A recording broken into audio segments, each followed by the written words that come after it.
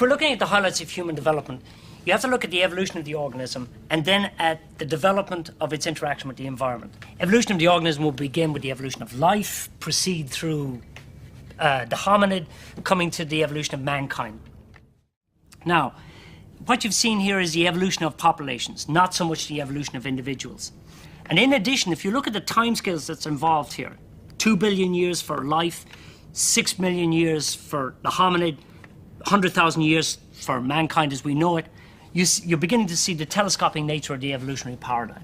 And then when you get to agriculture, when you get to scientific revolution and industrial revolution, you're looking at 10,000 years, 400 years, 150 years. You're seeing a further telescoping of this evolutionary time.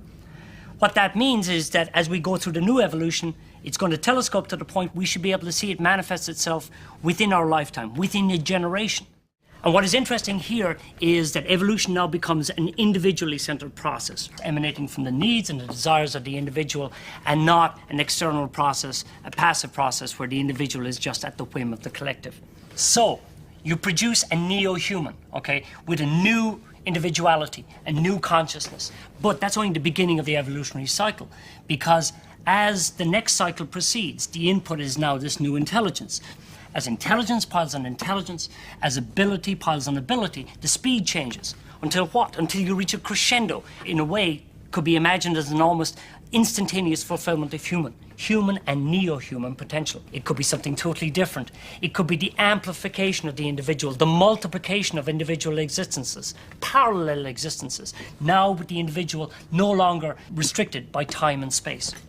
And the manifestations of this neo-human type evolution, manifestations could be dramatically counterintuitive. That's the interesting part.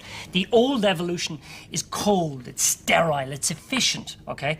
And its manifestations are those of social adaptation. You're talking about parasitism, dominance, morality, okay? War, predation. These will be subject to de-emphasis. These will be subject to de-evolution.